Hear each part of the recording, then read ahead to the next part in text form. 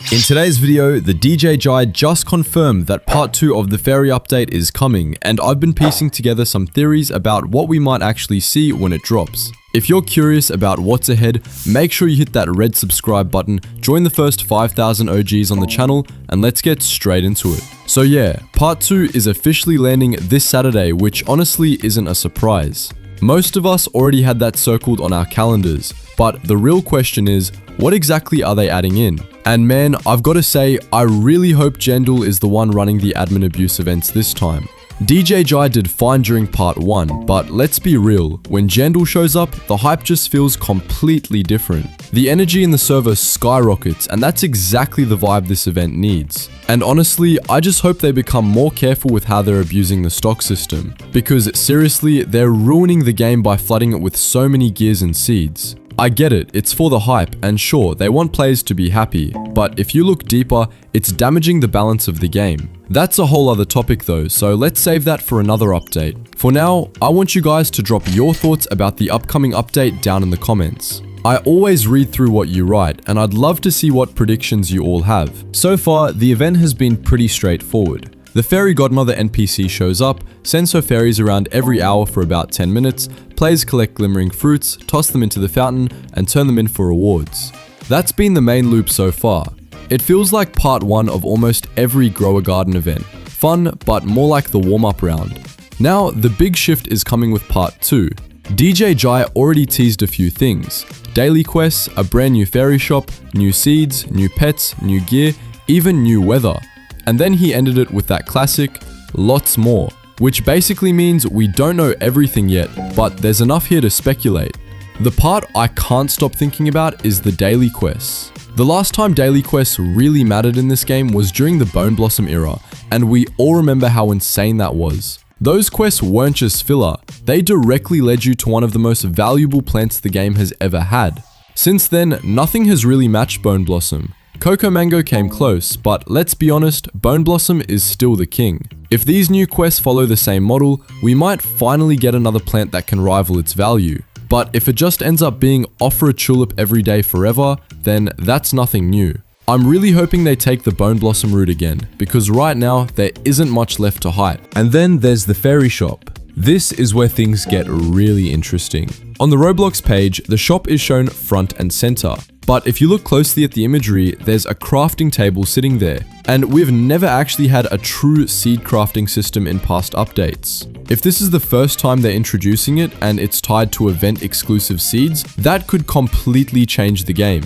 It'd add a whole new layer of depth for players who actually grind events. Something else that stood out to me was one of the fairies in the promo art. She's holding what looks like a weapon and she's wearing armor. To me, that screams fairies preparing for war. If that's intentional, then this event might not stay peaceful with just collecting fruits and offerings. There could be a bigger dynamic in play, almost like the Corrupted Zen event. Think about it, Zen had the calm, peaceful side, but also the chaotic, corrupted version. Maybe part 2 of the fairy update follows that same path. One side with the Fairy Godmother as we know her, and another side with a darker, armored fairy NPC wielding an axe. If that's true, it could completely change how we see this event. What do you guys think? Does this feel like the Corrupted Zen version of the fairy update? Now let's talk pets, because every event eventually comes down to what rare pets people can chase. Looking back, the game has had 2 peak moments, Bone Blossom for plants and Red Kitsune for pets.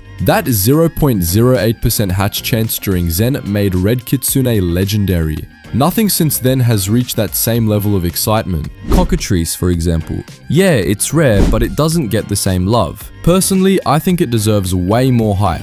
Just look at its passive abilities. Silver Screech. Every 1000 to 400 seconds, it screeches and all fruits within 20 to 40 studs have a 20 to 40% chance to turn silver, with a 1 to 3% chance to turn gold. Venom Spit. Every 625 to 180 seconds, it spits at 5 to 10 different fruits, eggs, or pets. Fruits get the toxic mutation, eggs advance by 80 to 150 seconds, and pets gain 800 to 1500 XP. Oh my god, why is no one hyping this pet? That's actually really strong. Sure, silver isn't as big as rainbow or golden, but it's still good. And yet, the community seems to prefer pets with a vibe, like the raccoon who steals fruits. Which is why I think now is the perfect time to introduce another super rare, ultra low hatch rate pet. Something that makes people grind for hours just for a chance at it. That's what keeps events exciting. And then there are the leaks. Back on August 18th, Dawn's Discord revealed files for new crafting stations, a sprinkler maker, a grindstone, a brewing bench, and a saw workbench. If you look closely at the fairy promo art, there's literally an axe and a stump there. That can't be a coincidence. To me, that feels like the first step toward integrating those leaks into actual gameplay, probably starting with woodworking. Maybe even cosmetics that we can craft ourselves. There's definitely a big possibility there.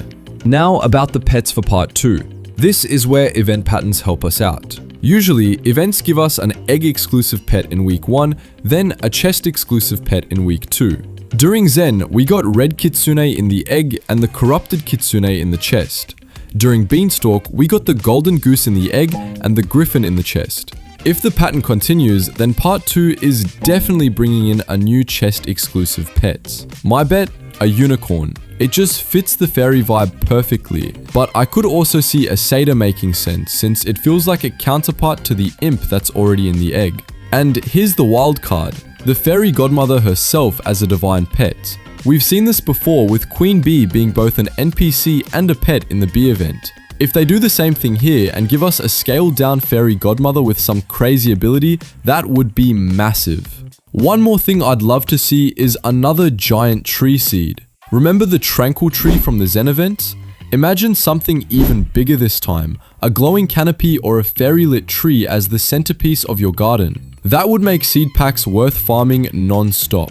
So where does that leave us? Right now, I'm torn. It's either going to be a unicorn in the chest or the fairy godmother herself as the divine pet. Either way, if daily quests turn out to be progression based and maybe the final reward is a super rare pet this time, not just another seed, and if the shop brings in seed crafting, and if we finally get a rare pet that can compete with Bone Blossom or Red Kitsune, then part 2 could easily be one of the most impactful updates we've had in a long time. But here's the thing, this whole situation shows why a lot of players are starting to feel disconnected from Grow a Garden.